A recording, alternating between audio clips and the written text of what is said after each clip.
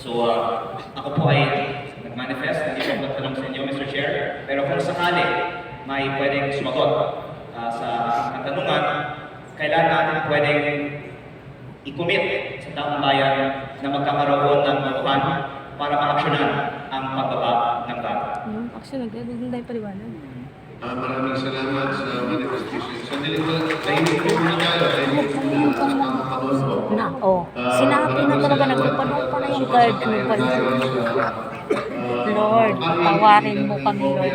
Parang awa mo na, Lord. Sigas na mo si guard. Natingin natin akma at kinakailangan ng ating mga mamamayan. So, hindi rin tayo papayag na tayo ay maging palamutin dahil ganun si guard. Na tayo ay magdidesisyon base sa tingin natin kinakailangan ng mamamayan. Despite whatever the Yung bawal magpalakpak then biglang malapalakpak ang mga kasama mo, nakakatawa, nagdupa ang card. Ay naku Lord, patawad. So that is the assurance of everybody who is here. Everyone here is mature enough to make that decision. So maraming salamat sa obserbasyon po na yun. Kung pwede kayo malakpak. Ay.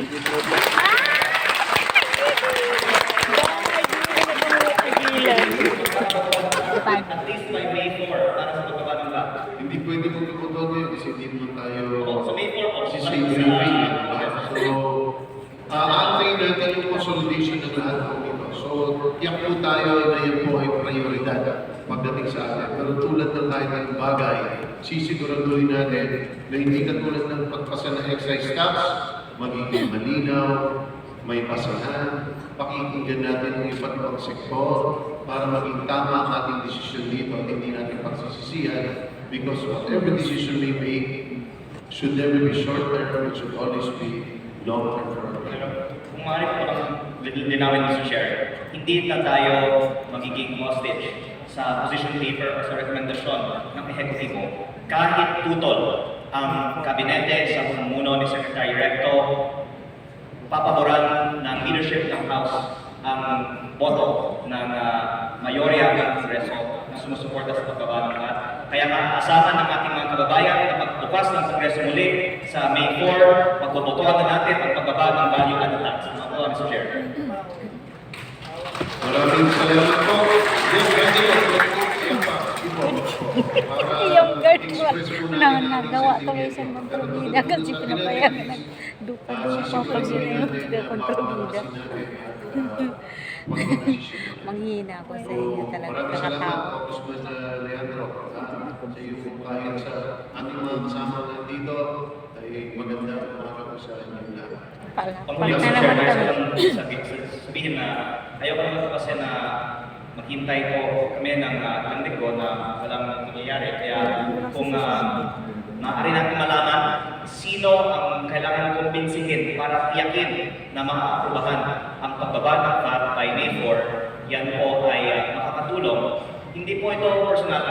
Ito po ay lahat para lang maaprobahan ang panukalang nakakatulong sa maraming Pilipino. Kaya sa pananaw ng iba sa atin dito din, si Secretary Recto ang pumirma na sa position paper tungkol sa pagbaba ng VAT. Sinabi ko po, ito po ay sinabi sa atin, hindi lang po ni Chair, pati po ibang mga senior members ng House, nagsabi sa atin ito, at ayaw ko lang pong buksan itong lahat muli sa congressional hearing, pero nais ko lang na linawin sa taong bayan na para tiyakin na aprubahan ang pagbaba ng VAT, dapat siguro dalhin natin ang ating mga panawagan sa mga tunay na nagdesisyon para sa pagbaba ng VAT. At ito po ay magiging useful dahil sa mga susunod na mga araw doon sa mga tila nagdesisyon para sa pagbaba ng VAT tayo manawagan na huwag na nilang karaman at bigyan nila ang Kongreso ng pagbaba ng VAT. Salamat po, Mr. Chair. Wala po salamat. Halaka mo. Huwag kayong peralihin kayo ng karangaran. It's already 1:25, so pakiusap po natin kung ilan po yung dispensa dito sa ating second Sinabi na yun kanina tapos, pero pinayagan tayo. Alisan ka po ng suso. At hindi Sinabi talaga na yun. yung buod, at nandito yung mga representante nandyan si ng Guy. ating mga manggagawa.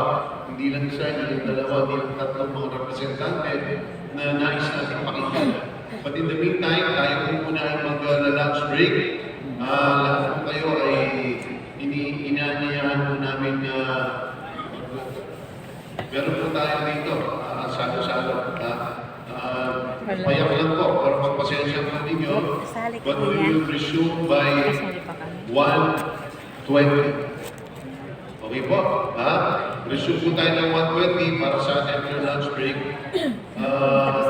Sa pag-iusap na rin po natin mga kasama. So, maraming salamat. Magandang umaga sa inyong lahat. See you this afternoon. 30 minutes.